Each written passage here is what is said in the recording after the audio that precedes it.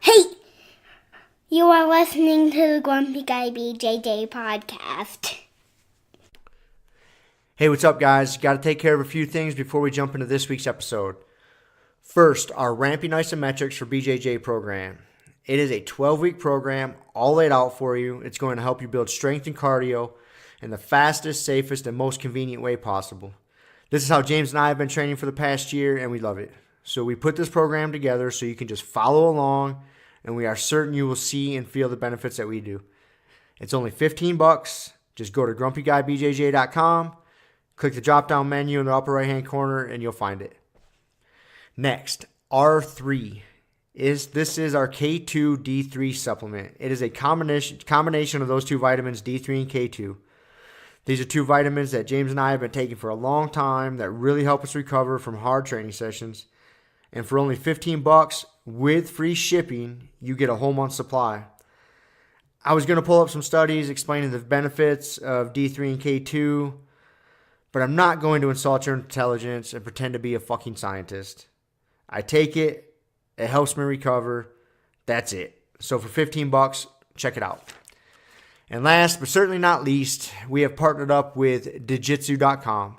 They have a ton of awesome BJJ instructionals, and they have hooked us up with a discount code for our listeners. It's Grumpy10.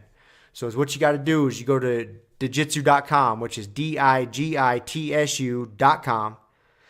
Find the instructionals you want, throw them in a shopping cart. In the little discount code box, you type in Grumpy10, which is just GRUMPY and the number 10, 10. That's it, no spaces. Boom, you get 10% off. You're up and running. They got a nice app you can download on your phone. That way you can take your instructionals right to the gym with you, watch the technique, drill it. It's a pretty sweet setup. So once again, DIGITSU.com. Discount code Grumpy10, GRUMPY10. Simple as that. To find all this stuff I just got done talking about, go to our website, grumpyguybjj.com. Click the drop-down menu in the upper right-hand corner. There, you'll subscribe to our newsletter for podcast updates. You'll find links for the Ramping Isos program, the R3 Recovery Supplement, and then under the Programs and Products tab, you'll find a link to Jiu-Jitsu.com. And let's be honest, if you guys can't figure out how to navigate a website by now, there's nothing I can do to help you.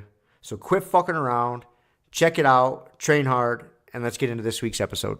And boom. Okay. We are back. Once again.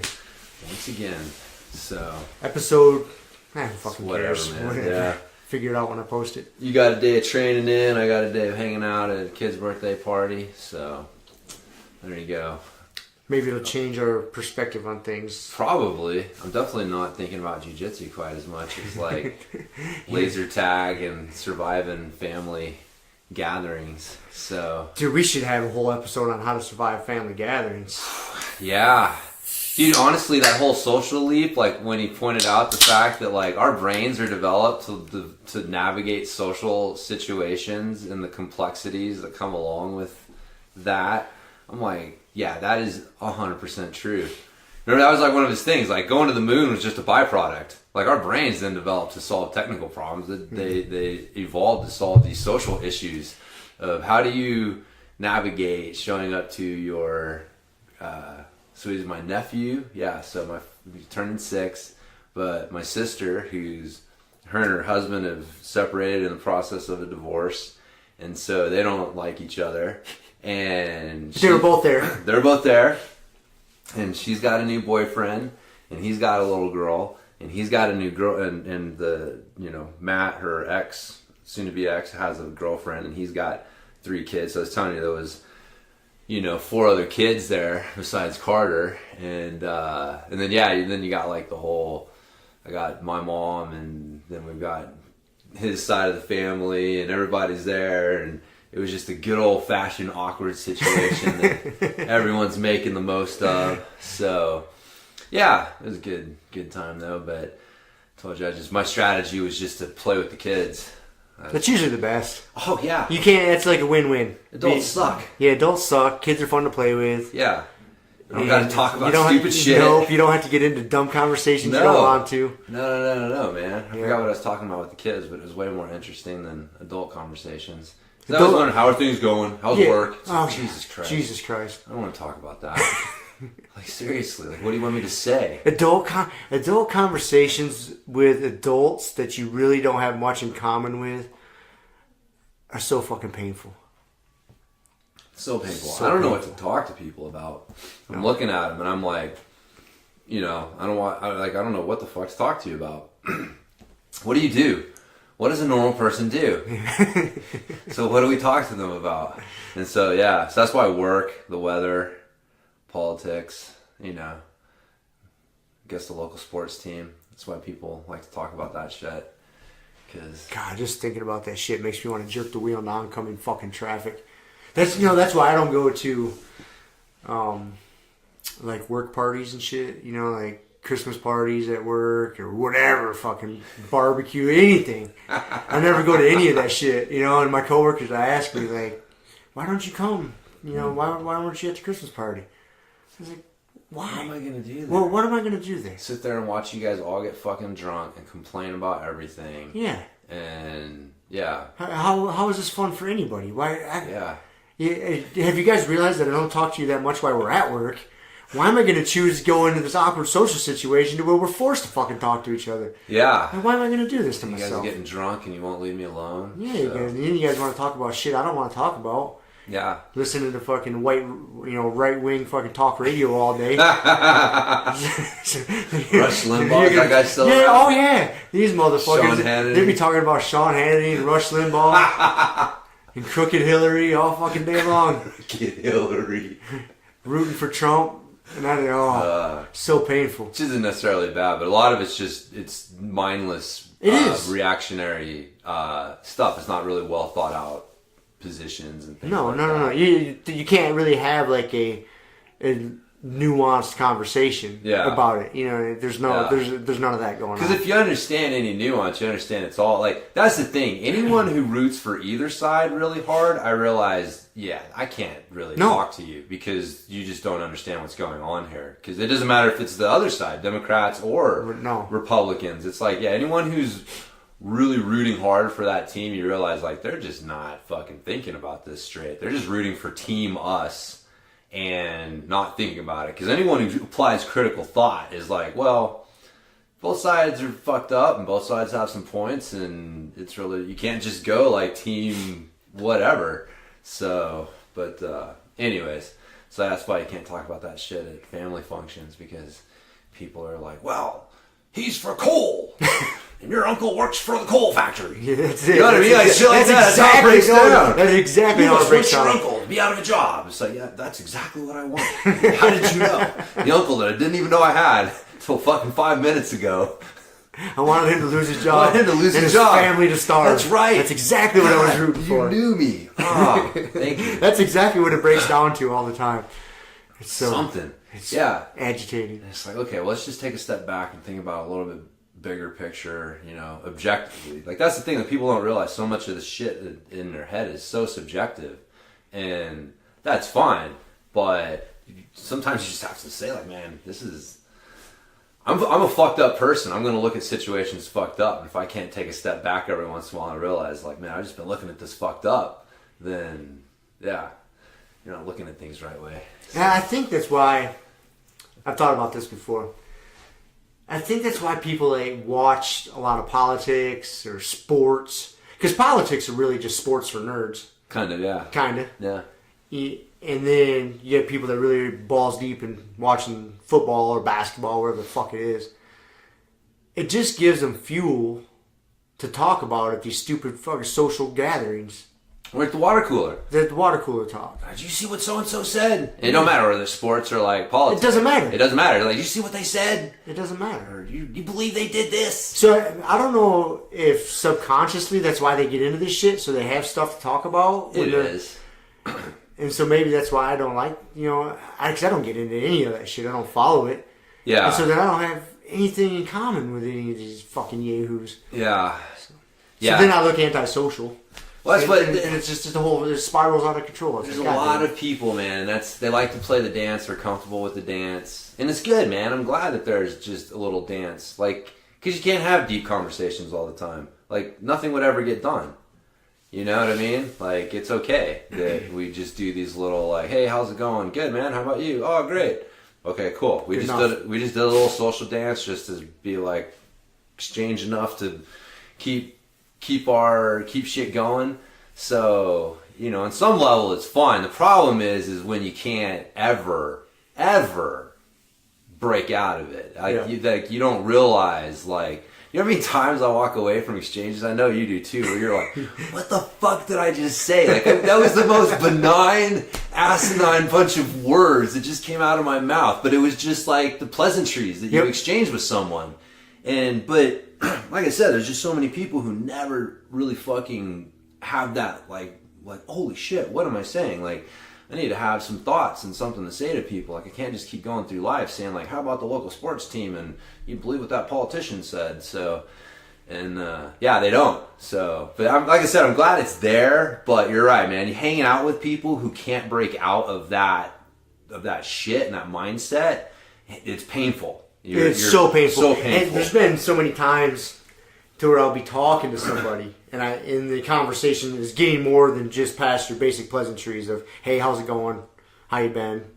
That's it. And then you look at it, and then like they ask you the next question, and you look in their eyes, because they ask you a question that really, like if I was talking to you, would be a more in-depth answer.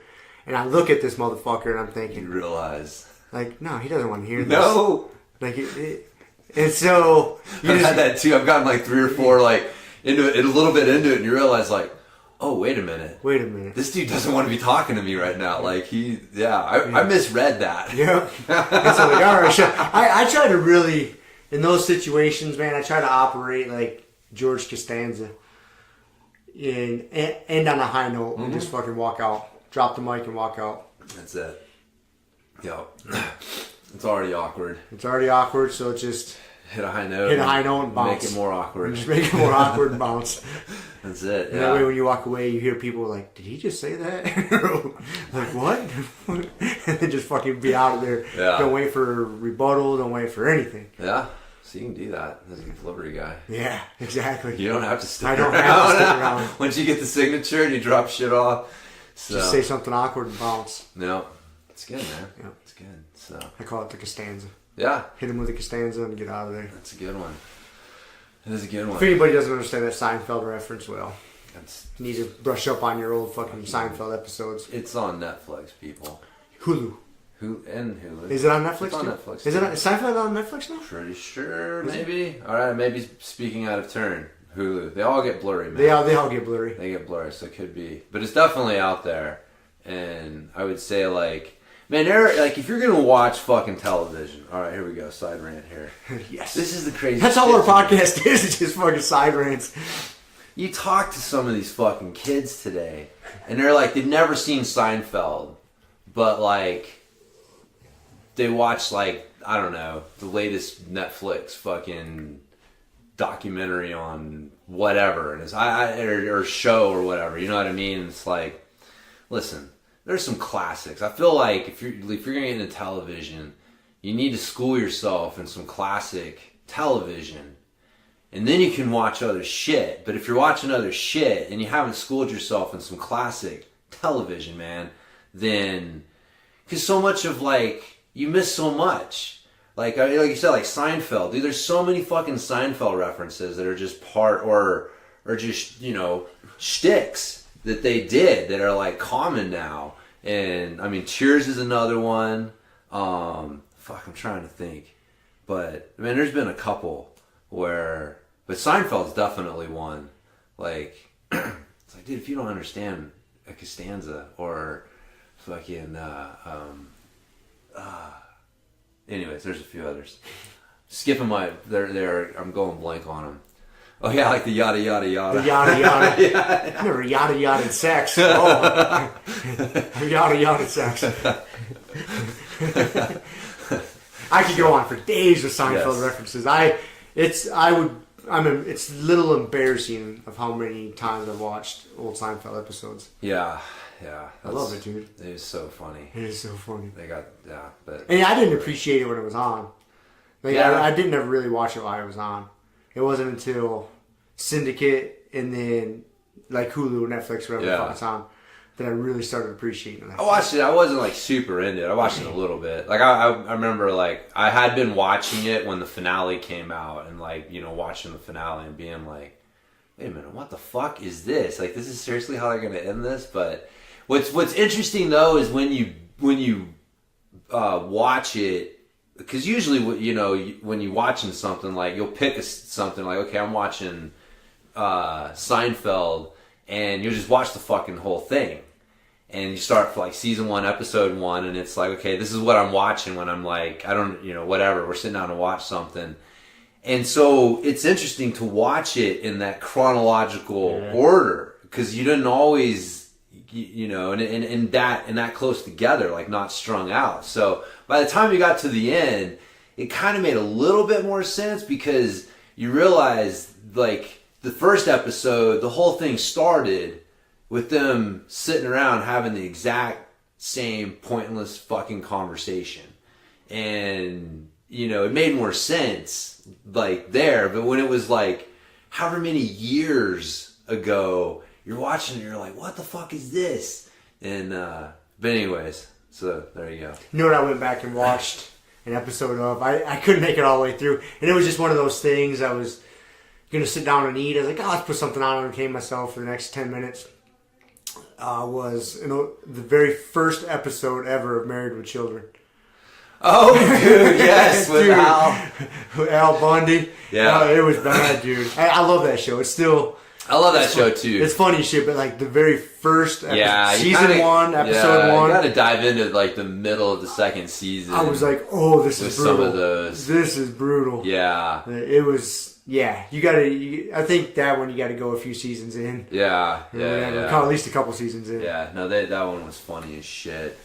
Oh, dude, what's, you ever, Lost? Did you watch Lost? Oh, yeah. Yeah. I wonder, does it hold up? I haven't gone back and watched it at all. Yeah, it does. That was a goddamn good show. It holds up, and man, again, that was another one that the ending, you saw it the first time, and you're just like, what the fuck? Yep. And then when you watch it a little bit more condensed and the context is a little tighter, you're like, oh, okay, the ending makes a little bit more sense here. Yeah, see, that was another one I didn't watch until it was streaming available. Oh, okay. When I could just watch episode to episode. Yeah. Yeah, that's a good one. That's a good one. Yeah. Thinking back... Dude, there was no really shows that I made sure I was like, I got to be home at this time, at this day and this time to watch this show. I wasn't huge into watching TV, as a kid or even young adult. There was nothing like that. Yeah, I mean, I remember my family, we would have like shows as a family, that would be like, that we would watch. I remember Monday Night Raw and Nitro. I would be home on Monday nights for those motherfuckers. I mean, that was a point. Like, man, when they were in their stride, like, that was some entertaining fucking television. So I would definitely go out of my way to spend 5 hours of watching wrestling every Monday night, which is ridiculous when I say it out loud. It's too funny. But I think that what's funny you say that, because I think that Lost was like the last television show, like the way that we kind of thought of it, like before like DVR and streaming shit started to really become more common. And especially like the DVR, like that was a show I remember, like the last show I remember being like, okay, it's on this time, this night, and you knew that if you missed it, that fuck, man, you're gonna have to try to catch a replay or something like that.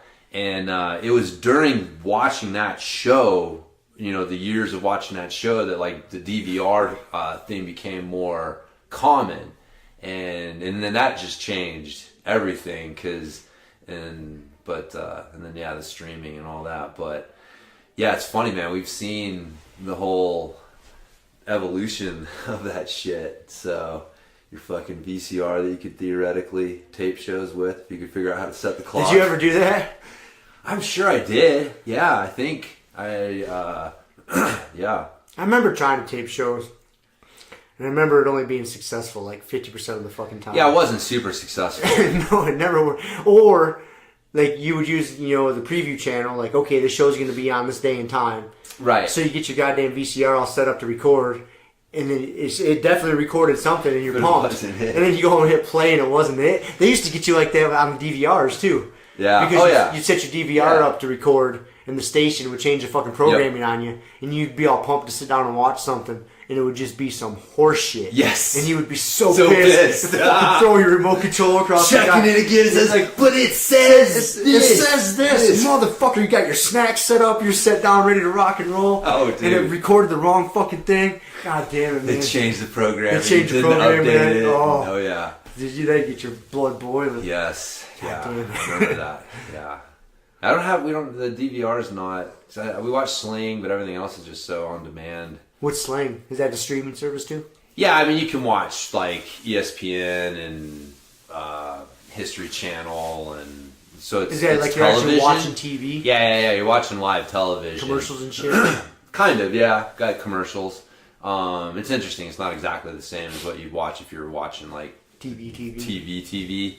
But what is it, like $10 a month or something like that?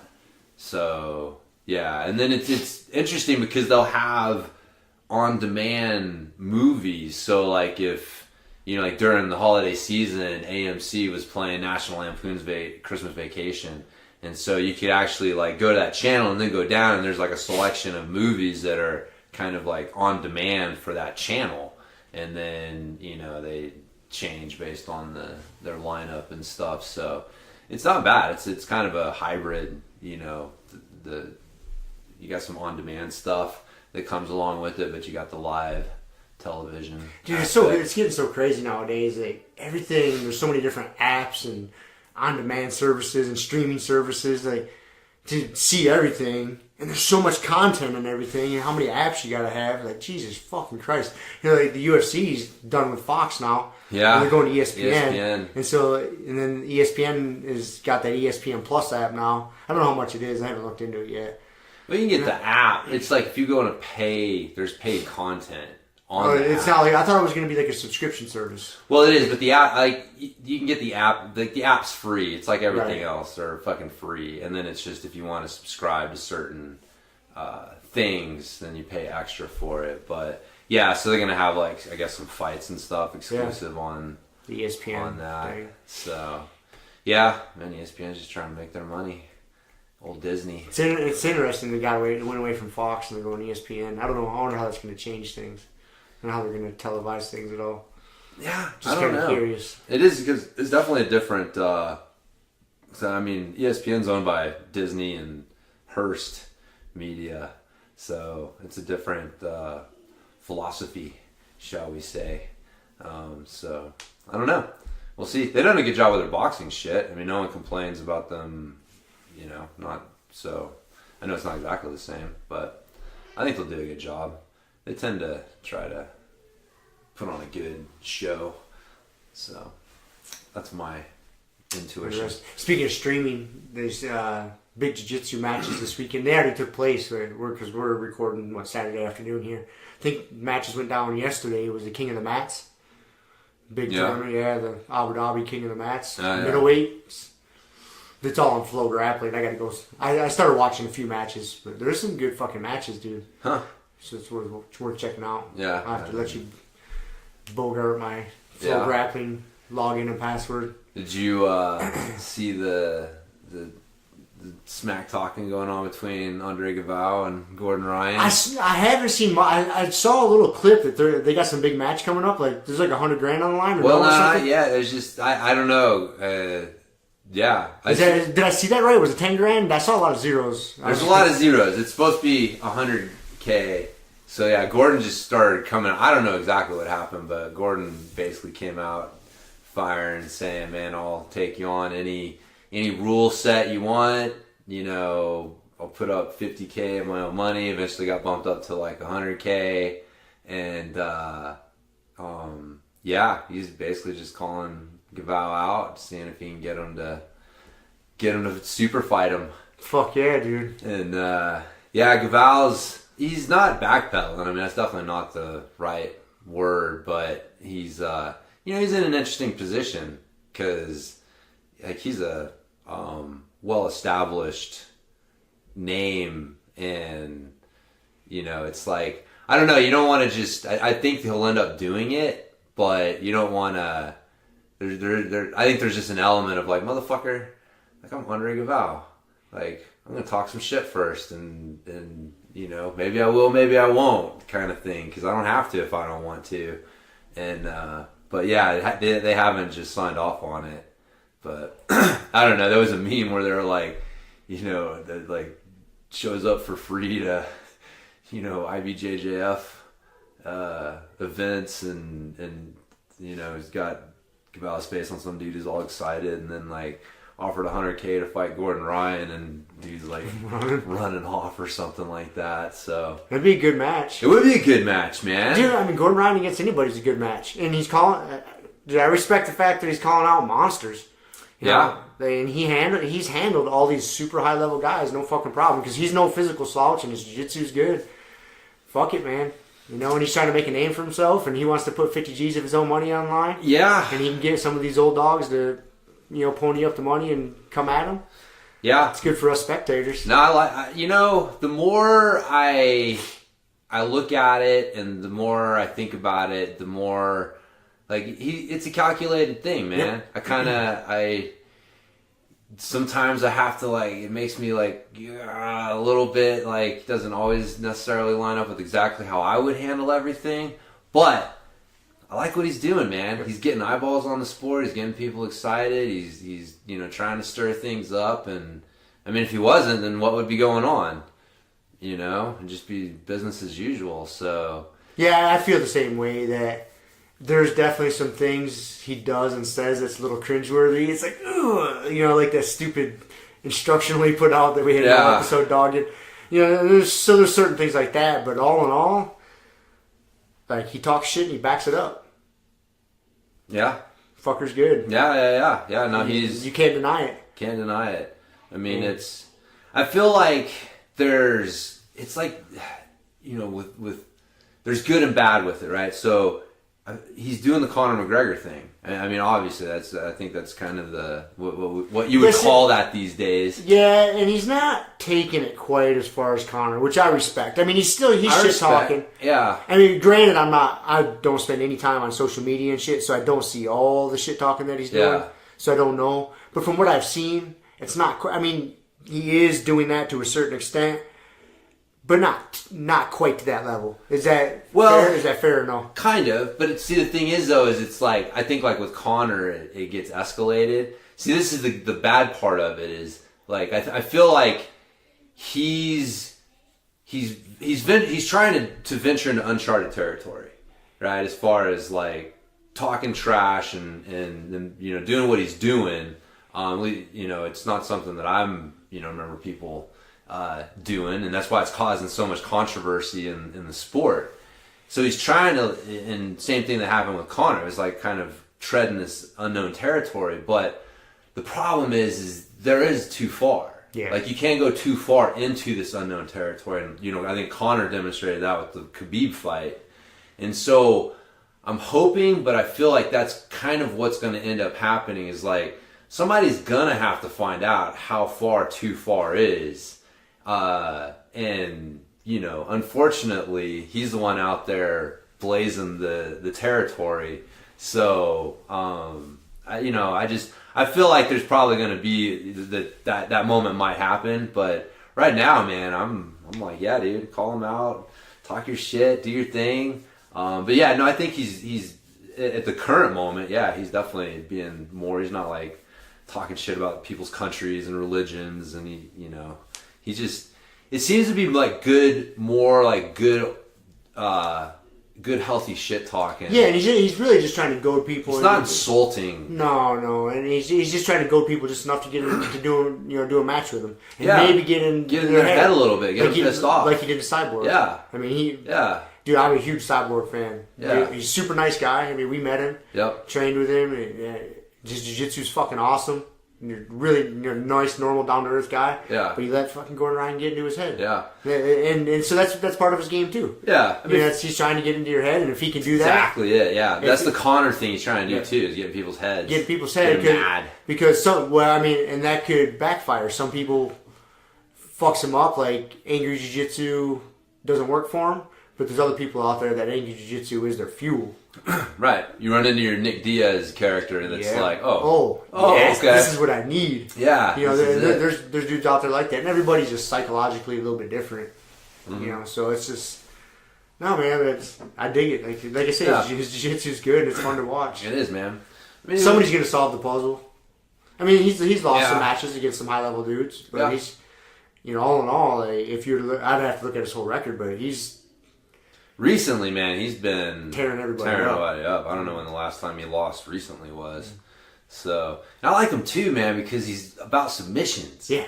Like, it's not point jiu-jitsu. He will beat you on points. And he doesn't give a frick what rule set. He's like, okay, I can't do heel hooks. I won't even touch your legs. Yeah. I'm going to take you back and strangle you. Yeah, it doesn't matter. What rule sets you want? He's got so many different ways to fucking simulated kill you that it doesn't matter. And that's what I really like about him is it's, you know, because a lot of those, I'll just say it, man, a lot of the competition guys can be a little boring. Because they're playing points. They're playing the sport. Exactly. They're playing the sport, and it's and that's, you know, neither good nor bad. It just is what it is. But man, it can make for some less than exciting jiu-jitsu when you can tell that nobody's going for the kill.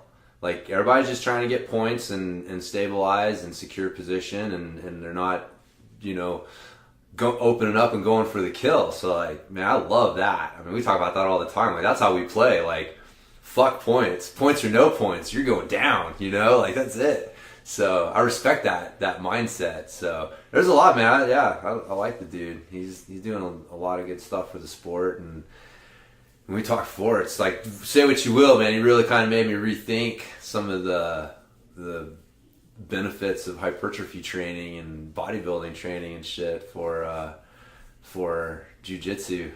I continue to think about that shit, man. Yeah, that's really, you know, what's funny is I was actually going to I had a question for you about training. I mean, I had my own thoughts on it, but I think it'd be good for us to talk about and for people to hear.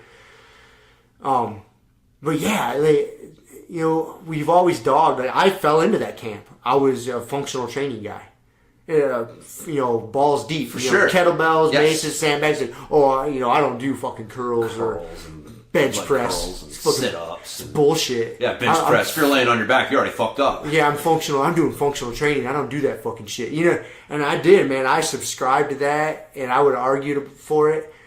But if you really think about it, like we said, man, like if you really think about it, like our jiu-jitsu is functional training. And so we don't necessarily need our physical training, you know, to be functional training all the time. Yeah. You know, if you were to do a bodybuilding style workout, but you're also doing jiu-jitsu, is it really that bad? Yeah.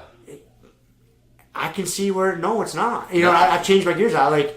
Probably if you go back 20 episodes and you were to ask me that, I'd probably completely contradicted myself. For sure. Right now. But the more I think about it, like, man, it's not. No, man, because think of all the different angles and shit you're doing when you're wrestling hard with somebody.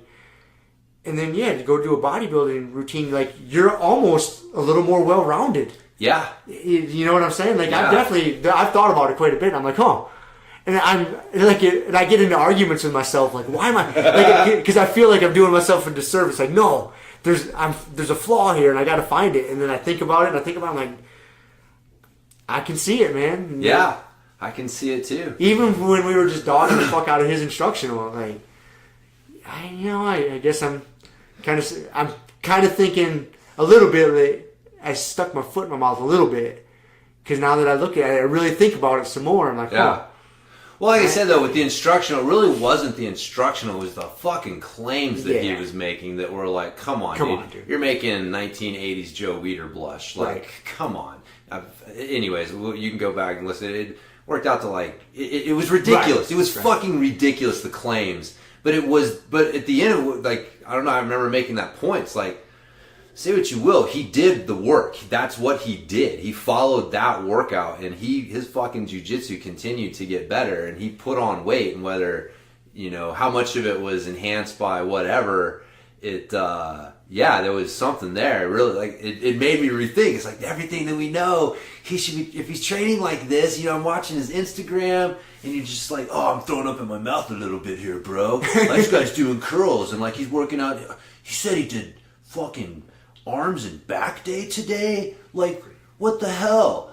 And but then it's like, what is going on here? Like, he's not turning into an unfunctional mess. Right. So what's going on? But one of the things I was thinking about too is if you think about the original Muscle Beach, like the old school bodybuilders, like again, like Joe Weider, just bring his name up again, like that guy, you know, what we think of as bodybuilding was really created by him. Like before that, bodybuilding went hand in hand with athleticism. They would often hold bodybuilding and Olympic lifting competitions at the same time. And oftentimes the guys would compete in both. And that was like one of the things, like the old school, Muscle Beach in Venice. It's like the one there now is the new one. That wasn't the original one. The original one, that's when you see the pictures of like, you know, the old school dudes and they're doing like gymnastic handstands and like holding girls in one hand and all that shit. Like that was from that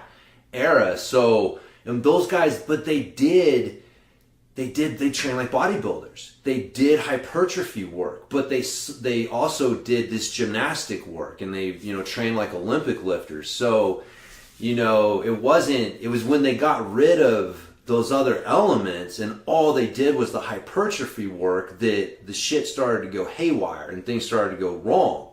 But it wasn't that the hypertrophy work was wrong and they shouldn't have been doing it. And so like I'm thinking now, like, man, some hypertrophy work, some ramping isometrics, because I think ramping isometrics are the perfect answer to, cause like when you say like functional, you know, you want to make sure that you're putting on mass that's quote unquote functional, right? Like that's the thing. You don't want to, when we think of bodybuilders, we think of like, oh, well, they're just like pumped up. They've got this mass, but it's not functional. Like they're not as strong as they look. They can't really use it as effectively as they look. It's the whole like looks like Tarzan, plays like Jane. Like that's when we're making fun of bodybuilding, really what we're talking about.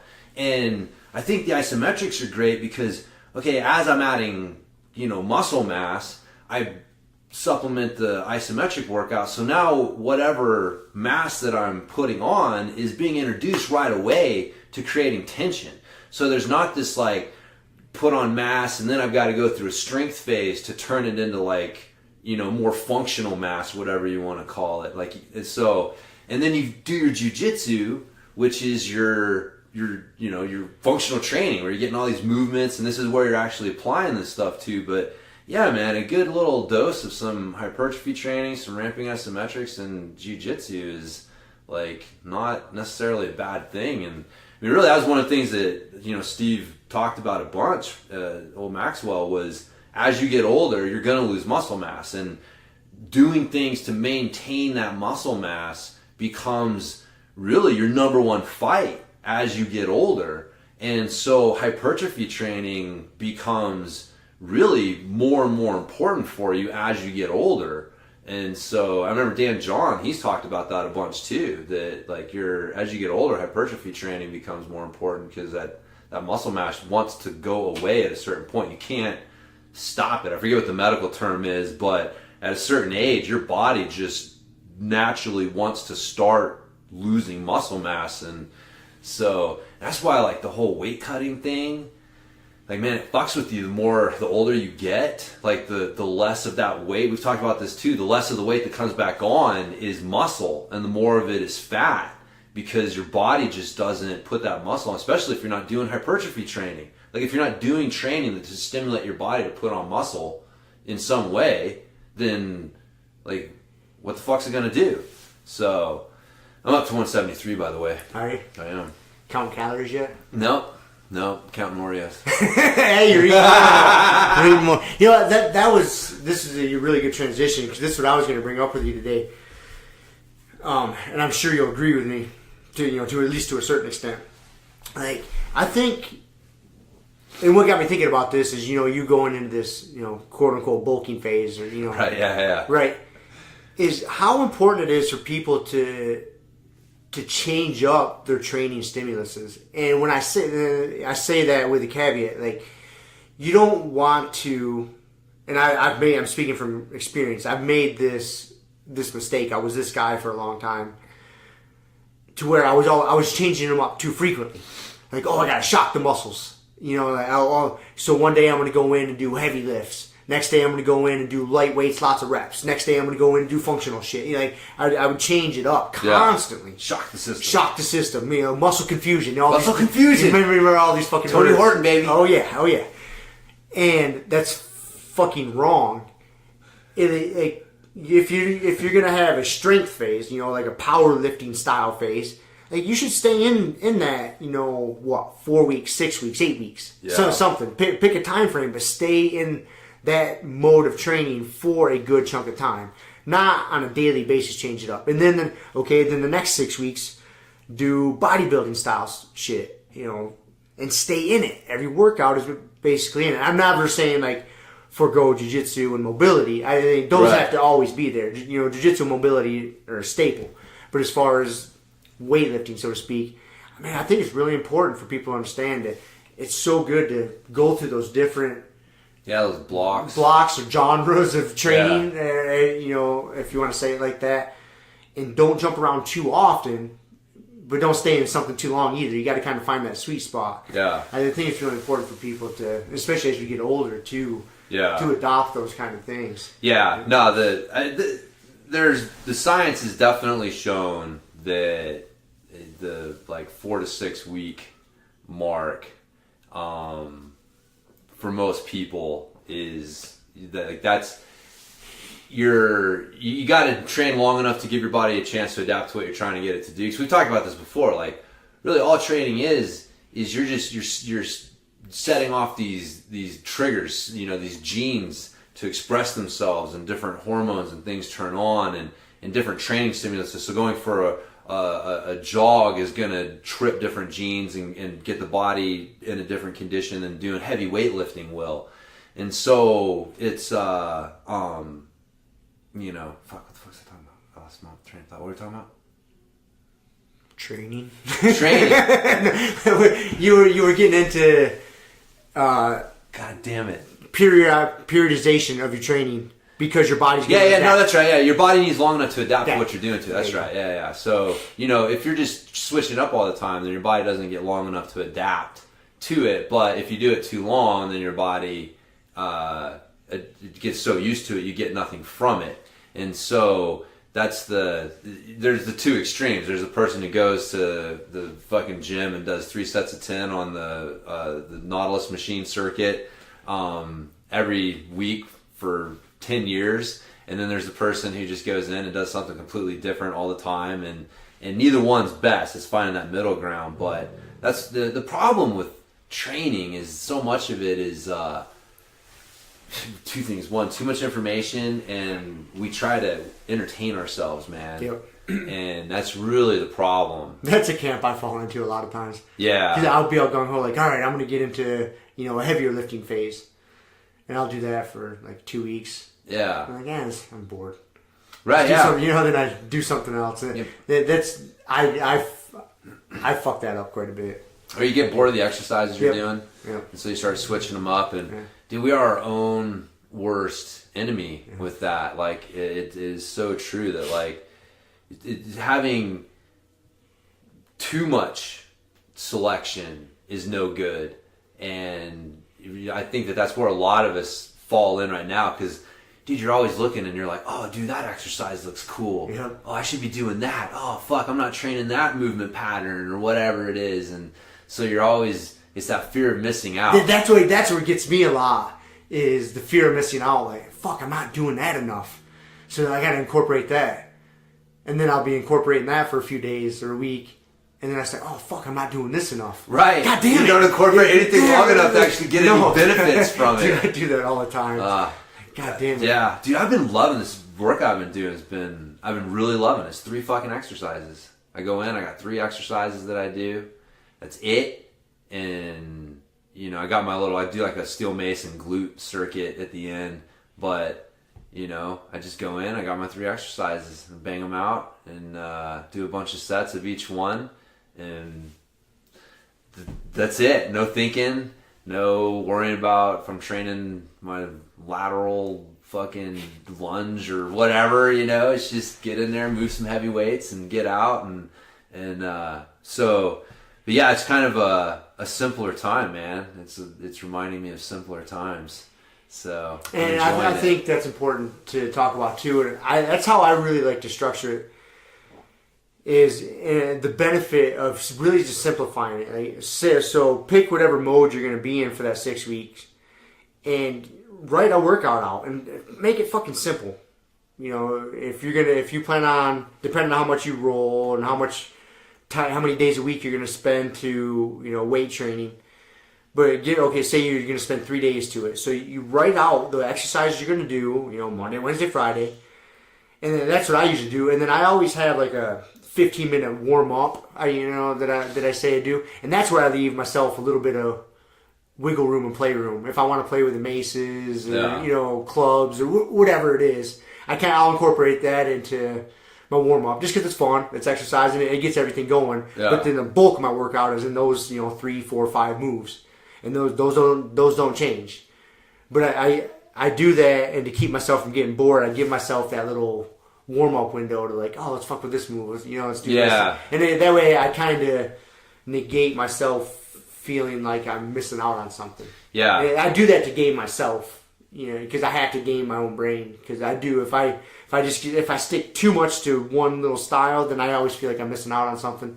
So I give myself a little wiggle room, so to speak, in that, and warming up. But man, just getting it wrote down, and just that way when it's time to train, you pull out your fucking notebook or whatever it is, or if it's I usually hang it on the wall in my garage. I put a push pin in there. That's the fucking workout I'm doing, and I'll have it broke down into days. Oh, today's Tuesday. Boom, it's there. Yeah, it's there. I don't think about it. I don't question it. I already spent the time thinking about it. I wrote the motherfucker down. Yeah. That's it. I don't let myself argue with it. Like, nope, that's it. I'm doing that. Boom, I'm done. You know. Yeah. So I think it's important for people to having a plan, man. Plan's big. That it is. It's like having a program, and you know, having a plan that you're following is so important, because just going in the gym and trying to figure out like what you're gonna do that day, or like, you know, dicking around on the internet to find a workout to do later that day, like that's not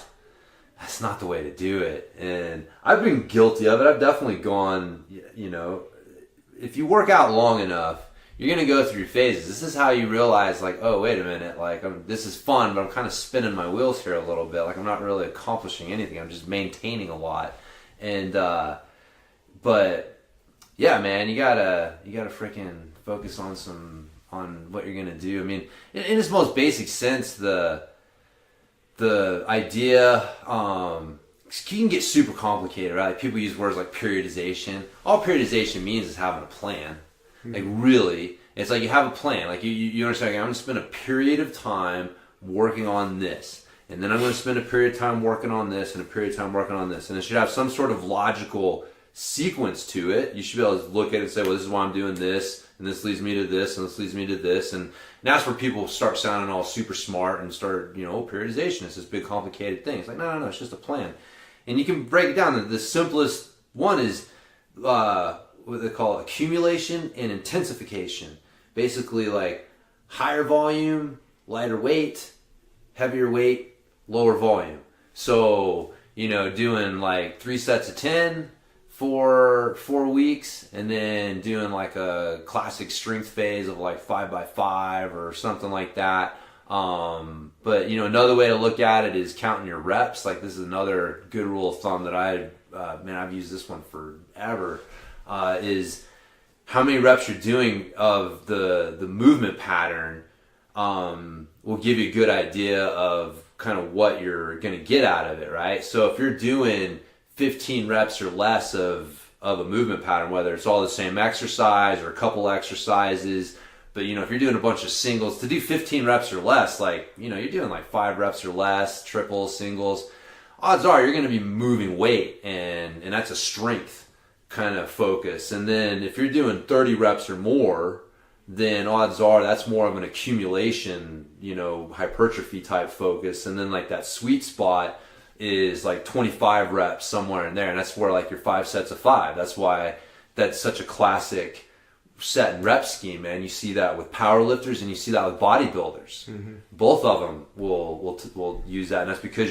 that's a good middle ground where you're building strength and you're also giving some hypertrophy. And so, you know, counting your your total reps that you're doing. And so like spinning a phase where you're like, okay, I'm wanting to accumulate 30 reps or more on the movement pattern. And then you're spinning a phase where you're like, okay, I want to keep my reps at 20 or less per workout.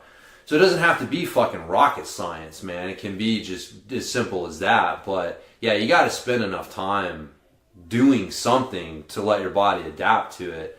And I mean, that's the problem that people run into with jiu-jitsu too, right? Like we've talked about that before too. Like, dude, if you're going to work on your fucking back takes and your shit, your attacks from the back, like you can't just spend a week or two on it. Like you got to dedicate, 4 weeks, 6 weeks, like months to like, I'm drilling this. Like when I'm rolling, I'm going after this. And, you don't have that focus.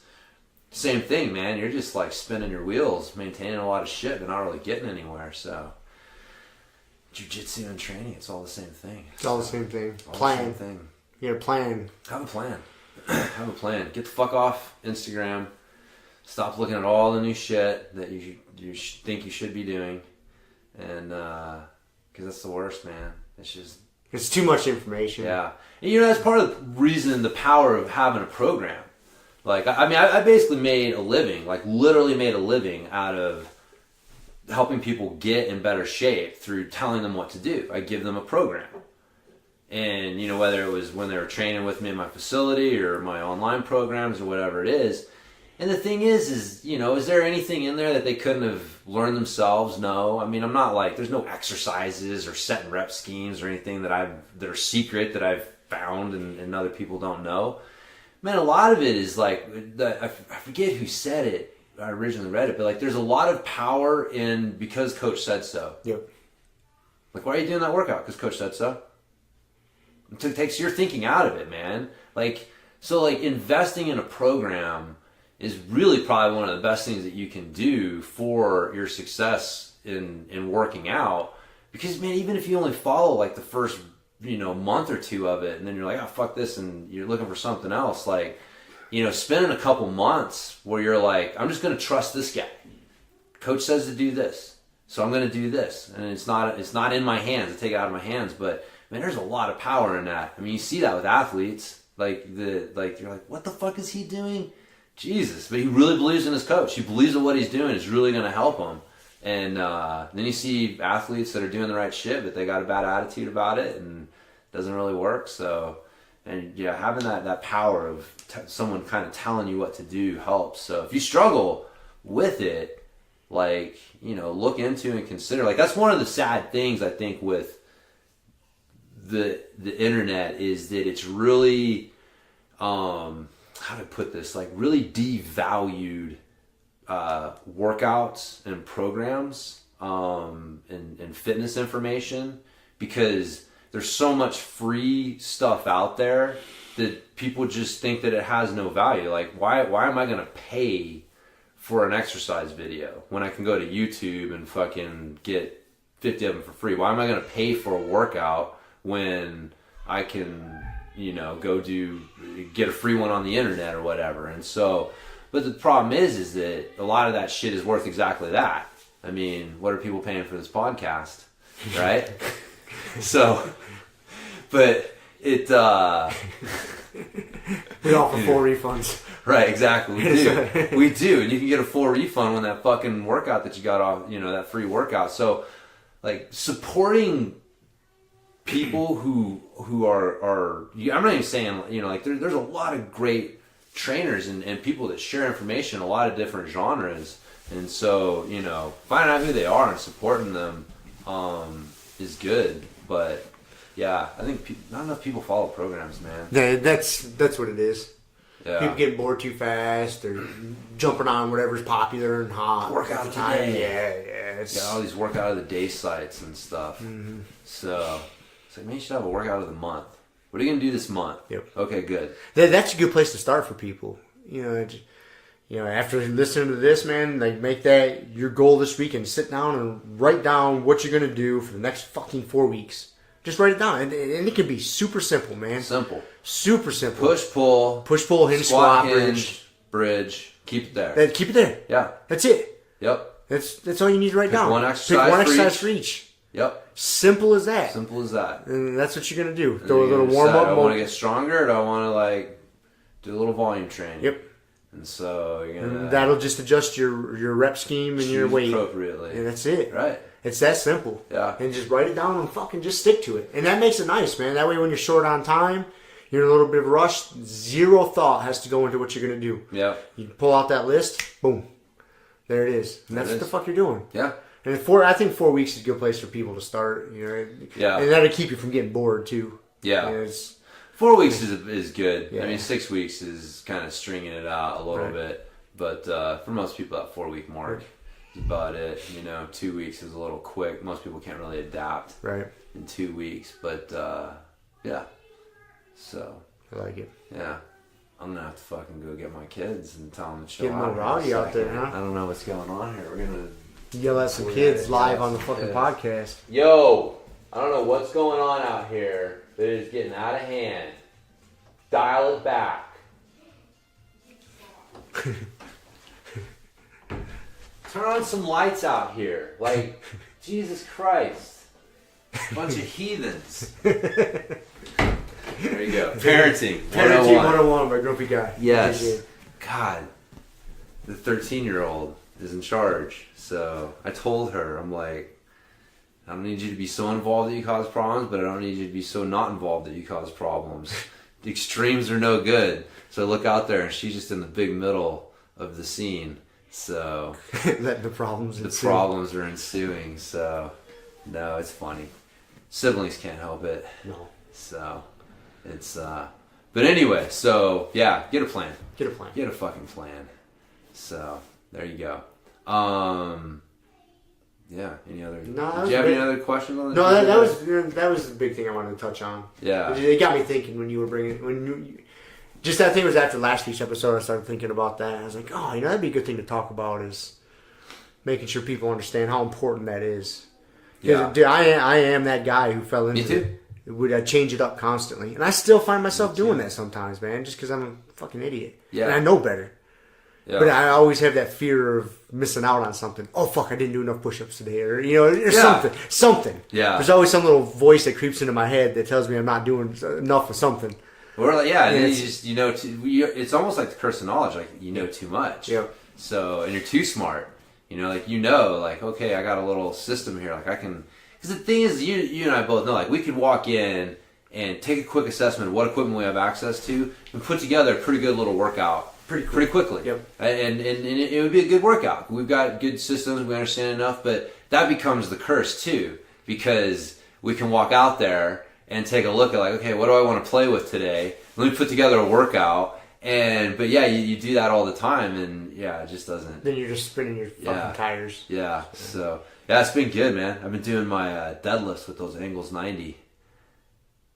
I'm gonna have to try a few reps with it. I don't know that I'll do deadlifts on a bar again. They're fucking pretty slick. Because I figured out, here's what I figured out. Like, because the trap bar, right? What's your feelings on the trap bar? I haven't used one in a long time. I don't have strong feelings either way. It's not a bad piece of equipment. Yeah. I think it is a different move than a regular barbell deadlift. Yeah. And for someone whose mobility sucks that can't get into a proper deadlift, maybe it is a little safer option for that. I guess that's about the extent of my opinion on it. Yeah. So I always assume, so people who like to use the trap bar deadlift, and they say it's a safer option than a regular deadlift. It's easier to teach people. Only if you don't have proper mobility to get into right, so basically because you can squat it. Because you can Yeah. So it's a different move. Yeah, if you're in a situation... Well, it doesn't have to be. No. You can recreate the exact same movement pattern that you do with a barbell, but you don't have to. And then and so if you're like in a team situation... So I always thought that the reason that the trap bar deadlift, that people liked it and it was quote-unquote safer was because it let you squat the deadlift. Mm-hmm. And I've always heard people talk about that it's like, well, you feel like you're inside the weight. Like the weight's not in front of you. You're inside the weight. And I never really thought about much about that. And then I did it with the deadlift with the angles 90. And at the top, because I can rotate my hands and pull it to the side, basically where like the handles for the trap bar would be, I realized that like, oh, there's something here. Like what, like at the top, you know, if you think about it, and again, I'm doing a visual demonstration on a podcast, you got the bar in front of you here, right? And so your you know, shoulders are rounded forward. A lot of the problems we talk about with the kettlebell swing are here. As soon as you get your hands to this position here, your shoulders lock in, and look what happens to the weight. Like now it's more lined up with your midline. And so now instead of the weight being in front of you, because if it's in front of me, you're going to have to compensate somehow, right? And then the way that you're going to compensate is with the low back or leaning back or some of these other things. You got to be so super conscientious to not do that. And so, but once you let your hands go to that neutral position and you get inside the weight, now the weight's compressing straight down and you're not having to compensate with the low back. But I like the bar because the bar in front of you forces you to do a hinge. Because if you squat it, you're going to rip your shins to pieces. So it has the best of both worlds. You've got the bar in front of you at the bottom, so you have to hinge to do it. But as you get to the top, you're able to rotate your hands and pull your hands back so the weight is more lined up with the center, and you're not fighting that forward lean, having to lean back thing. And man, you can really feel the difference at the top of the deadlift and during your deadlifts. It's pretty cool, man. So like I said, like I don't know that I'm doing. I mean, you know, if that's all I have access to, but in my gym, it's like, dude, why would I use a barbell again? Like, and if you think about it, remember our strength stones that we had on the mace runs? Mm-hmm. You pick those up like this. Like if you're gonna pick up something heavy, you don't pick it up like you pick it up like you grab a barbell. No, your hands do not end in that position at the top. Like you're grabbing it and your hands are gonna be in that neutral position, and so it's way more natural. Like again, I'm not trying to. Barbells were literally created to sell fitness programs because they were trying to sell fitness to a sedentary society. And so they create, like, that's what barbells, you know, and a lot of the stuff that we think of them being used for was that, man, like the selectorized barbell. So it wasn't necessarily from like a functional training standpoint, but so there you go. Well, let's try a rep or two. Have to try it. Yeah. You got to get you a pair. I'm surprised you haven't ordered a pair yet. Well, I have, I think there's a company called Goku Grip. Like Goku grip. Mm-hmm. So I got these thick ass wood dowels that I hang from my pull up bar. Sweet. And they're slippery, so you got to crush the shit out of them. And when you do, and I got them hanging from a couple of like mountain climbing carabiners and straps. Yeah, so they twist and rotate. That's what you just want. And so I can grab the shit out of those, and I do put a lot of pull ups on those. Yeah. It's it really works to grip. I also have. I bought those a long time ago, and from the same company, some wood balls. Okay. So you got to like grab the wood balls and do. So the dowels are real big, and you can just kind of clash your fingers around them, and the wood balls are really big. Yeah. And so it's fucking. You got to really squeeze the shit out of those. Huh. So I do a lot of pull ups on those. So it's the same. Similar. Yeah. I change up the way I do pull-ups, man. I got a pull-up bar at home. I do it with those wood dowels and the wood balls. I do regular pull-ups, chin-ups. I got a rope at home, and so I'll do pull-ups on my rope. I'll do them on I got an old gi top I have slung over the pull-up bar. Yeah. That I had, grab the lapels on there. I change it up all the time. Yeah, man. I do a shit ton of pull-ups. Yeah. And I change up all the time how I do them. Yeah. Just for the fuck of it. Well, I told you, man, these things have given me my pull-ups back, so I can do them pain-free, because I can get that full, like, range of motion. And as I'm doing, I almost think now as I'm doing my rows and my pull-ups and stuff, it's like they're being driven by my hand rotation. And it's like I'm really trying to maximize rotating my hands, and like, focusing on that has been interesting. But you can feel the drive that comes from that. And then I'm watching people like my like the guy I work out with, and you can tell when you're driving your row from just like pulling your elbow back, and your hands almost this kind of like neutral thing, not really involved in the movement. It's just holding the weight. And so anyways, I think that hand rotation is really, really, really important and key, because it's not supernatural on your elbows to just be locked and not being able to rotate as you're moving and pulling and stuff. So. And how often in jiu-jitsu, when you're pulling on somebody's sleeve or pant leg, are you not rotating as you pull it? You have to, 100% of the time. You almost always are. Yeah. It's very rare is just a linear pull. Even if you're strong enough or catch them with that pull working, like as soon as they pull back, you're going to lose it. The only way to lock your elbow lock into your your side. pull in and your elbow into your side is to get that rotation Same going. thing. You're playing spider guard. You got that sleeve. You're trying to get that elbow down to your side. So you much rotate, of it. boom, and down to your side. And the tighter your elbow is to your side, the stronger your grip is. Well, the opposite too is you extend, right? Like if you're passing the guard and you're punching their leg through, like you got to rotate the hand the other way. Yeah. And I see a lot of people who don't do that. They don't rotate their hand and lock their elbow in. They push. And then it's the same thing. Even if you get it down there, as soon as they, resist or come back, you can't hold it because you haven't like fully rotated your hand and locked your elbow into place. So yeah, that hand rotation is really key for jiu-jitsu. So that's what I love. Yeah, that fucking training tool is awesome, man. I wish them the best of luck. Hopefully they learn how to market themselves better. So they got a great training tool. I don't think they understand exactly what they have on their hands. So sweet. Yeah, man. Talking about being a sponsor of the Grumpy Guy Talking Empire here and maybe get some free shit. Maybe. We'll ask them. All they can do is ignore us. That's right. Remember, the opposite of love is not hate. It's indifference. So... opposite of love is indifference. Yeah. Not hate. Because hate's still an emotion, you know what I mean? Yeah. Like, you still have an emotional reaction. It's like the worst thing that you could do is just be like, I don't know. Ostracize somebody. Yeah, you're just indifferent. I don't give a fuck. Like, you're not even worth my time you're to hate. You're not even worth me disliking worth my time to dislike. You know what I mean? So, yeah. That is true. Alright. It's fucked up to think about, but that's true. You never heard that before? I have. Yeah. Never thought about it. I've had to think about it to go like, oh yeah, that is true. That is true. Like, because you have to at least to hate somebody, still letting them have some sort of mind space. Like when you're indifferent, you don't let. If you don't let somebody rent any sort of mind space. It's like that dude that comes across the chick that he's all hot for, and it's not like she's like, oh God, what is your deal? She's like, who are you again? What was your name? We've met before? We've met? Oh, you sat behind me in class? What? I mean, that's like the most fucking...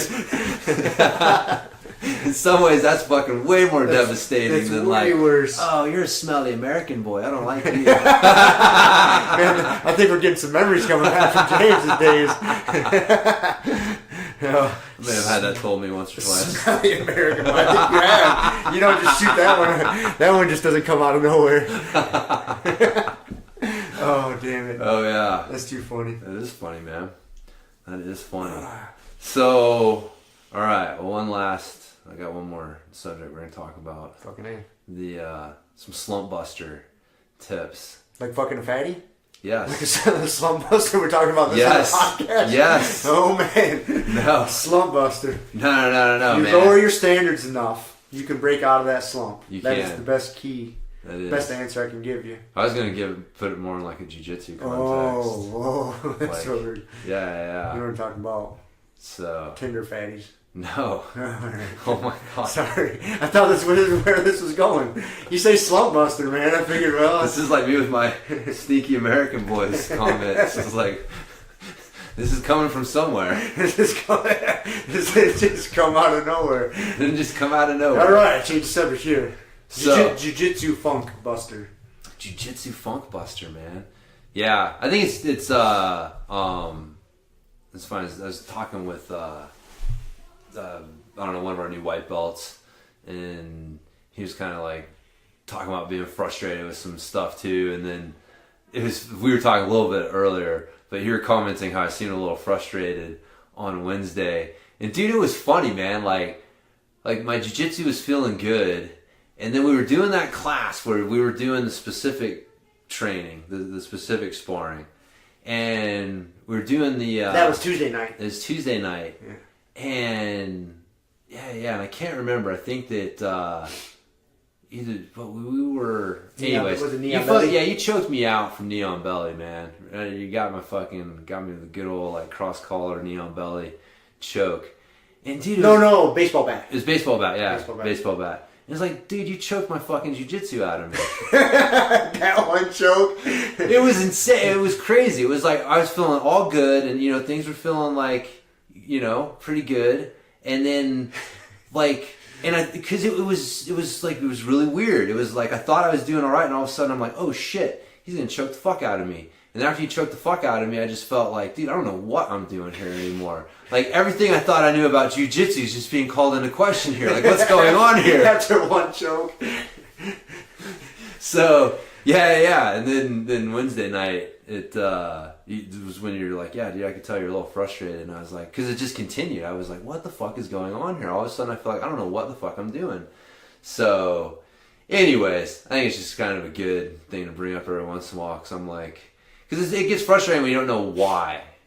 It's not like, oh, I'm making this mistake. All of a sudden, it's just like there's a feel, and it's like I told you, it's like, man, I felt like I was like, getting some cool superpowers going, and all of a sudden, I woke up and it was like they were gone. And I don't know. It's a fucking weird feeling. It's the jiu-jitsu gods knew you were getting a little too big for your britches. They did, dude. I'm so glad you said that, man. I'm so glad you said that, because I thought so too. That's exactly what happens. I realized that too. They realize you're getting a little too hoity. They're like, all right, this motherfucker needs to get smashed. Yep. Yeah. His shit just isn't gonna quite work. No. He's gonna have to find a way through these ass whoopings. Gotta get humble again. Gotta get humbled. So, yeah, the cause was. Looking back, I was like, the way that I always try to think about, like the way that Musashi put it, like you're trying to let the way express itself through you, and when you start thinking that you're doing it, then it leaves you, and that's exactly what was going on there. Yeah, without getting all fucking tree hugging hippie on it, dude. I believe that is it. Because the more time you spend doing jiu-jitsu, well, okay, let me back up. When you're a white belt, maybe blue belt, yeah, you're probably just fucking shit up. That's probably more the case. You're probably just fucking shit up. As you progress past that, especially purple belt, and beyond, yeah, like if you're trying to force things too much. And shit just not working for you. Yeah, sometimes you just have to relax and just let the jiu-jitsu be jiu-jitsu. Come back, yeah. It'll come back. Yeah. You start trying to force the way too much, and it's going to elude you every fucking time, man. And that never stops happening. I know. That still happens to me, man. I'll go, and it just ebbs and flows, man. You'll have a couple weeks to where you're feeling good, fucking people up, and then you'll have a couple weeks to where everybody's giving you trouble. I'm like, God damn it. And you just got to kind of chuckle at it, not force it, just go back to some basics. Yeah. And like, oh, okay, and just slow it down. Like so are there like some basic things that you try to think about? Like, I don't know, when you say like go back to basics, like what do you? Dude, I'm talking like some conscious things that you try to remind yourself of going in. Like, okay, I need to kind of like, I don't know. Yeah. I mean, when I say go back to basics, like go back to just straight up basic, fundamental jiu-jitsu. Like, okay, let's breathe. All right, breathe here. Don't freak out. It's not an ego thing. If I get fucked up, I get fucked up. Okay, where are my elbows at? Oh, my elbows are tight. Okay, cool. Right, bridge. Oh, I got a little space. You just elbows tight, bridge. Find a little space. Oh, just get back to close guard. And just really just break it down to super simple shit. Like, where are all my limbs? Is my neck protected? Boom. And just really just slow it down, and like it'll just start coming back when you start trying to think end result. Like, I have to tap this guy from this position. Yeah. You're thinking too far ahead. You just need to wrestle, slap hands, get yourself in a position, and be like, okay, what would be the perfect expression of jiu-jitsu right here? Perfect, not fancy shit. What is the perfect? Where's my weight? Where's my grip? Boom. That's it. I won. Okay, I won that little match. I won that little battle in my head. And like I break it down to those little fights, and then eventually it just starts kind of flowing back in. I mean, that probably doesn't quite work for newbies. That explanation. As I was saying it, like that probably doesn't help. No, man, I think that's good. It's see, I always had. I'm trying to find with mountain biking. I found like when my riding was off, there was usually like my hip hinge was off, right? So I could get off my bike and do like just do some moves and focus on. Like I got to focus on my hip hinge. I got to focus on good body weight distribution. There were things that I knew.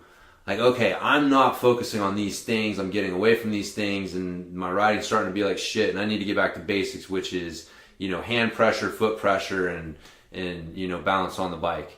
And so, I guess for me, like I'm trying.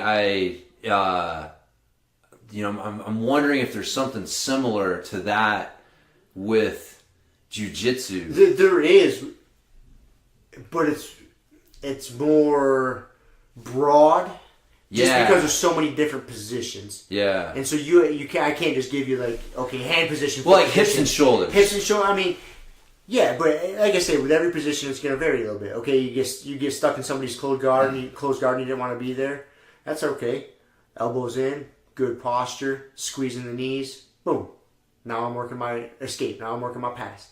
But every position, okay, I'm on bottom side control. My head's flat to the mat. My elbows are in tight. Breathing, I'm set up, I'm ready to go. Every position has like these like little 4-point checklists I'll go through. Every fucking position. Yeah.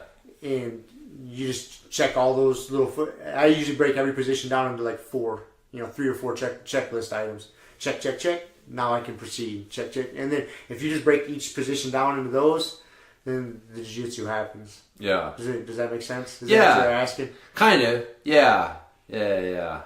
I'm still, working my way through some of my thought experiments with it. But, but there's, this was kind of just more like a theoretical conversation. Because every position has basic fundamentals. Right.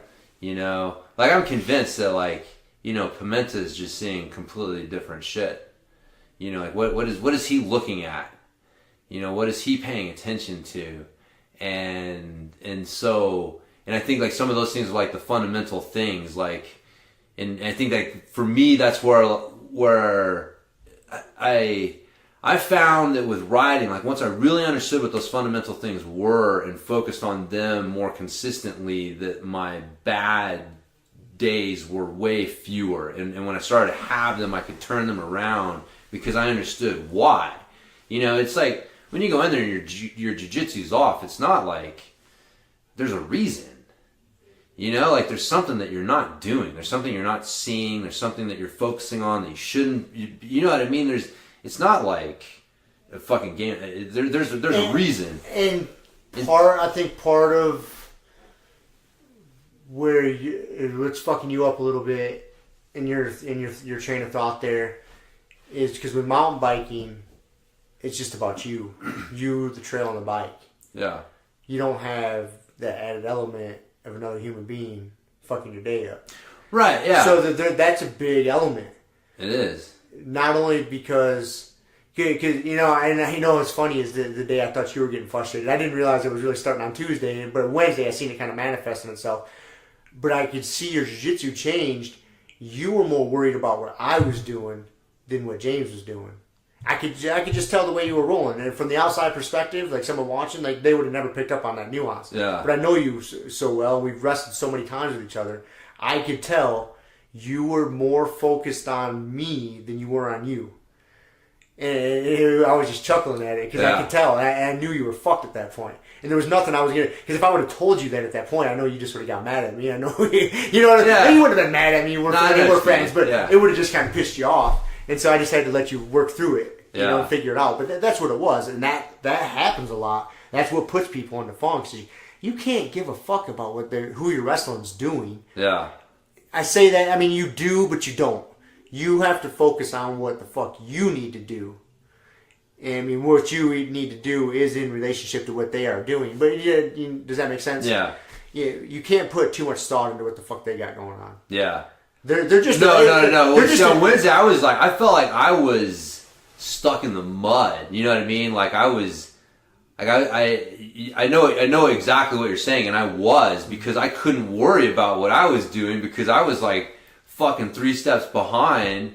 And then I'm trying to figure out, like, well, how do I, I was trying to figure out, like, how do I get in, like, out of what he's got me in? And that's what I was thinking about, like, you know, and so, like, I know what you mean with, I got to worry about, like, doing my thing with it, but it was, I just felt like so fucking lost. It was just the weirdest goddamn feeling, man. I was like, I don't know what I'm doing here. And, but anyways, it's starting to, like, come back around a little bit. But yeah, it 100% was what you said in the beginning, man, is I was starting to feel like I was doing good. And the jiu-jitsu said, okay, motherfucker, let's see how you do then on your own. So yeah, another thing I do too when you get into those little funks is you got to stop thinking about the person you're wrestling with as a person. And what I mean by that is because we all have our egos and our pride. And we don't like to lose to certain people, or just because maybe I don't really like this guy so much, I don't want to lose to him. Whatever it is, you got to strip all that bullshit away, and it's just you're just going against. This just happens to be some fucking human being who's got some sort of version of jiu-jitsu I got to deal with right now, and I do that when I don't care who I'm wrestling with. This is just some fucking entity with jiu-jitsu I have to deal with at this point in time. And I'll think like that to get myself past the ego part of it. Like, oh man, this guy's going to beat me. He's this belt. Oh, he's giving me so much trouble. And he's only a fucking blue belt. Or he's only a purple belt. Why is he giving me so much trouble? No.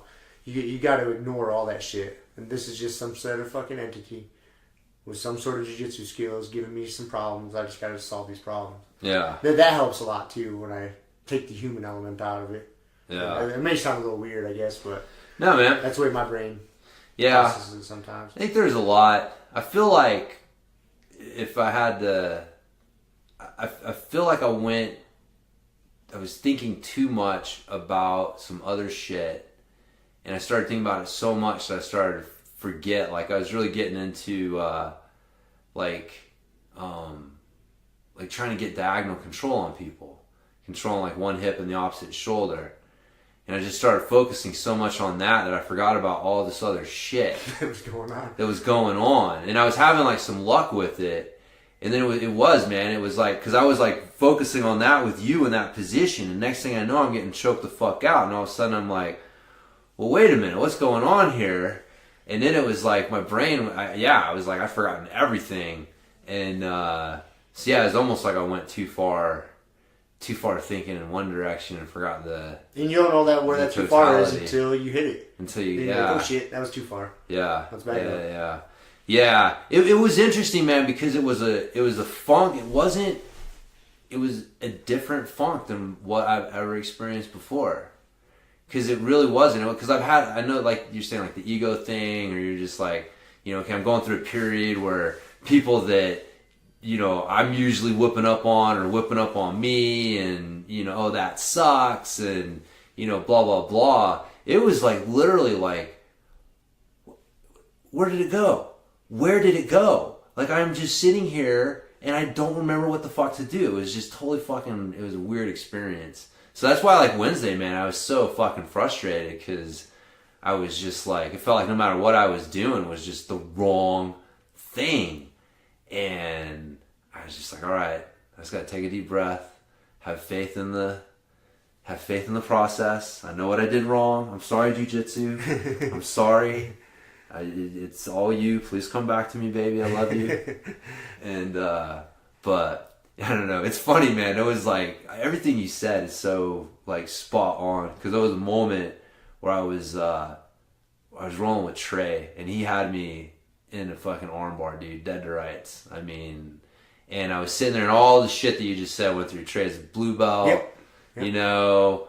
Like, even though he's good, like, I shouldn't be fucking in this position, and all this shit, man, just went through my head, and all of a sudden I just was like, I just gotta let all that shit go. Doesn't matter. And it's like, I gotta relax, and I need to just, it's like, man, if jiu-jitsu wants to come back to me now, I just need to fucking let it happen. Like, I'm not getting out of this armbar. I'm not getting out of this.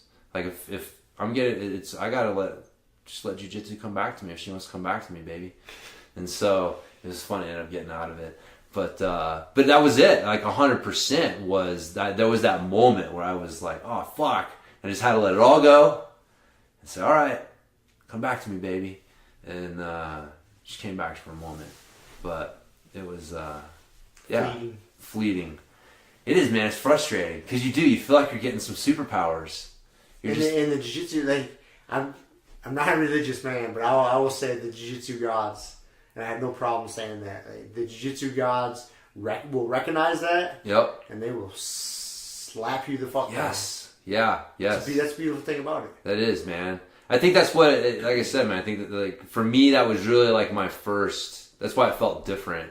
It was like, oh, this is just different. There's just, you're focusing too much on this one thing, and you think you're kicking ass because you got this thing figured out. You got this little thing going. Man. No one's ever explained this diagonal pressure to me. I got this shit figured out. This fucking shit figured out. These motherfuckers don't know what I know. What's going on? Yeah, dude. Exactly. Yep. And it all fell apart on me. So, but it was interesting. I know I could tell. I knew you could tell that I was frustrated Wednesday because I usually don't let shit frustrate me. Like taking ass whoopings is just part of it, we man. all get there, man. It wasn't the ass whoopings. It was the feeling behind it. It was just it was your behaviors that were frustrating you. Yeah. Because you're like, why am I getting fucked up? Yeah. Like, I know I usually don't get fucked up like this. Yeah. Why am I tired? Like, God damn it. What is going on here? What is going on? This is a different type of ass whooping. Yeah. So there's a lesson here for me. But I could sense it. And I was chuckling. And I wasn't chuckling out loud because I didn't want to make you even more mad. Because I could tell. I was like, this fucker is frustrated right now. Like, I could really tell. And I was, like I say, I was like, oh. And I was chuckling because like, I've been there. So I knew exactly what you were thinking and feeling. Yeah. And I knew there was nothing I could say or do that was going to help you in that moment. Except for whooping your ass. Yeah, that's it, so man. I just continued to whoop your ass. Nah, I wasn't going to change what I was going to do. Nothing will fucking cure it but time and ass whoopings. Yep. So. And that's what I just I know that, yeah. So, I guess that's always the advice, time and ass whoopings. Time and ass whoopings. That's the cure for everything in jiu-jitsu. It is. Time on the mat and ass whoopings. Yeah, that's it. So. Yeah. All right. Yeah, those funks will happen, man. I know. It's still, I like to talk about it, bitch. It's good. No, it's good for people to hear it too, because look how long you and I have both been doing this. And guess what? They happen. It happens, man. Yeah, you're gonna have. And they'll happen from. You'll go through streaks. Sometimes you'll just get into have a couple of shitty practices and boom, you're out of it. Dude, sometimes you'll be in a funk for a couple fucking weeks. Yeah. And it's just you gotta keep just grinding through. And man, I really suggest that if you're going through a funk like that, like find those toughest training partners in the fucking room and get after them, and that'll beat it out of you.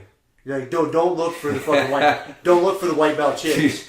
Don't look for the easy rounds. Find the toughest fucking blue belts. The dudes with wrestling backgrounds. Find those motherfuckers and just embrace it. Embrace the fucking stuff and get after it. Because you massaging your fragile fucking ego at that point by whooping on somebody that you should whoop on. No. Guess what? The jiu-jitsu guys see that. And they're going to make it stretch out longer. Yep. And it's going to get fucking worse. You know why I say this? Because I know. I know from experience where I've been in that funk and I'll be like, all right, I need to whoop somebody's ass to make myself feel better right now. And you do that. But the next time you go to somebody a little bit better, the jiu-jitsu guys just chuckle. Yeah. And they fuck your day up. And the problem is, too, is you're not fucking that person up the way that you should. No. It's not the same. Not the same. And it's just for your, and you know it. You're like, this isn't right. You know why you're doing it. Yeah, you know why you're doing it. Fragile fucking ego. I know. And dude, when you're down in the hole, you just fucking dig deeper. And you're just digging deeper. Yes. And then when you go home and you drive home from practice that day, only you know what you did. And you feel like shit. Like, God damn it. I purposely avoided some of these tough motherfuckers so I could whoop that dude's ass because I know I could. And you feel it doesn't help you get out of that slump. No. And then it makes the slump last longer.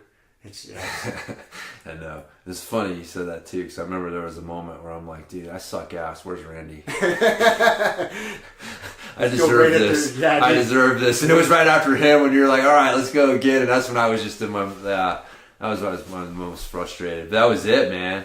I was like, dude, I just deserve this. Yep. I'm an asshole. I deserve it. I need to get my ass kicked.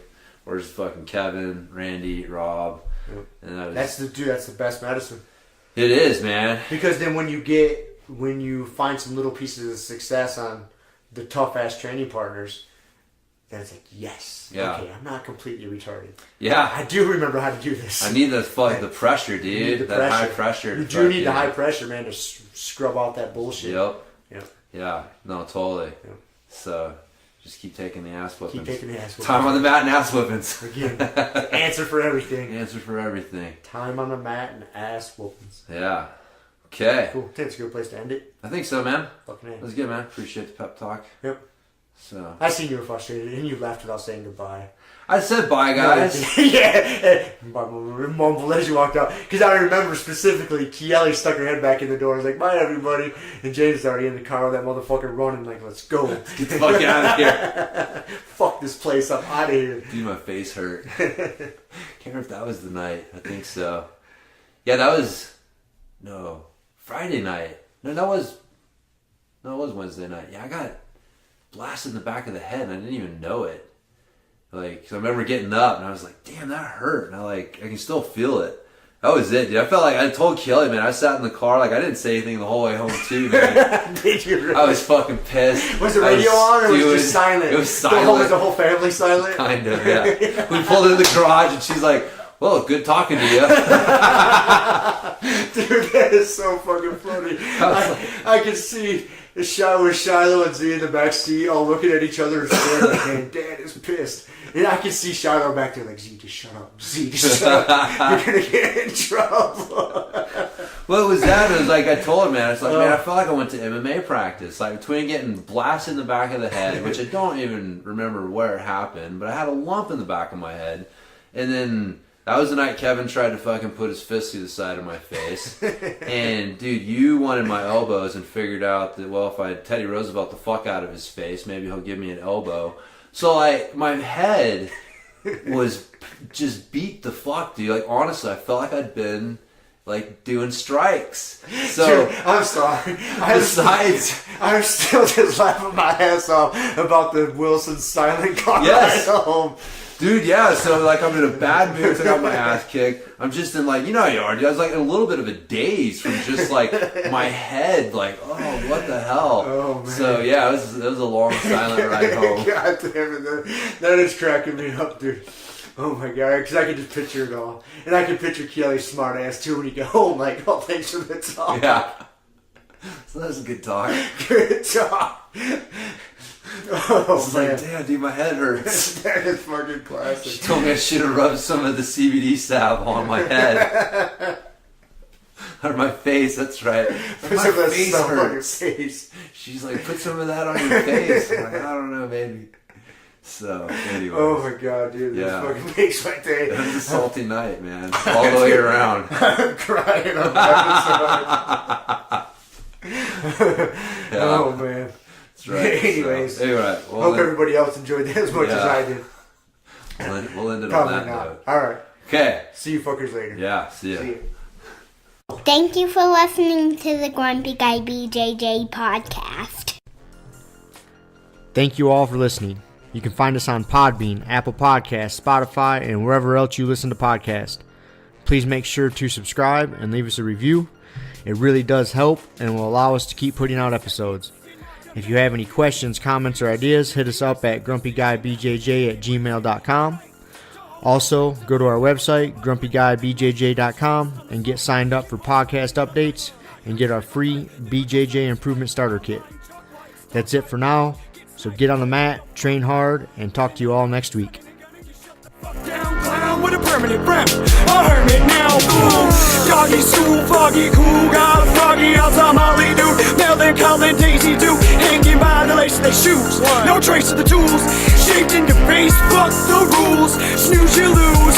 One eye always open, in times two. No clue, but soon a brief monsoon might give you a view to choose. Stay tuned, include, won't conclude. To the end is near, beware there's consequences for what you do. To meaning demon, a devil of many levels, I keep on feeding. For several of them rebels, me, myself, and I. Me, myself, and I.